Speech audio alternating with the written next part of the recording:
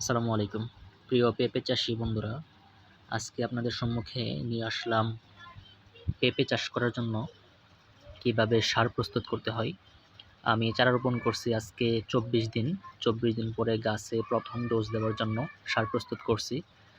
সারের জন্য আমি এখানে ৫ KG urea, ৫ KG potash, ৫ KG gypsum, তারপরে আ ম্যাগনেসিয়াম সালফেট যেটা বলা হয়, ওইটাকে দেওয়া হইছে ২ কেজি, ষোলো বোরন দেওয়া হইছে। তারপরে দেওয়া হইছে এইখানে এটা জিঙ্ক। Zinc ১ KG. আ এইগুলা টোটাল একসাথে মিক্স করে আমি আমার পেঁপে বাগানের ১৬০ টি চারা আছে।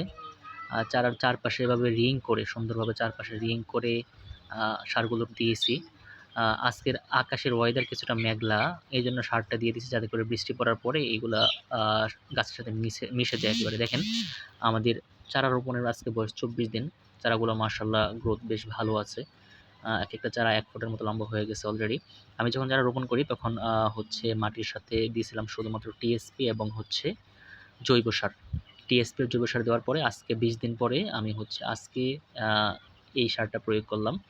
মূলত এই সারটা গাছ রোপণের পূর্বে প্রয়োগ করতে হয়। যেহেতু আমি গাছ রোপণের পূর্বে তেমন বেশি সময় হাতে পাই নাই। গর্তগুলো করে রাখার পরে সেখানে শুধুমাত্র সারগুলো দিতে পারি নাই। এই সারগুলো দিলে মোটামুটি ১৫ দিনের মতো রেখে দেওয়া লাগে। এজন্য এই সারগুলো তখন প্রয়োগ না করে এখন প্রয়োগ করতেছি। আশা করি বেশ ভালো ফলন পাবো। আমি বিগত সময়ে যে পেঁপেগুলো চাষ করছিলাম সেখানেও আলহামদুলিল্লাহ বেশ ভালো ফলন পেয়েছিলাম। আপনারা যারা নতুন পেঁপে চাষী, আপনারাও এইভাবে সার প্রয়োগ করতে পারেন। আসসালামু আলাইকুম ওয়া রাহমাতুল্লাহ।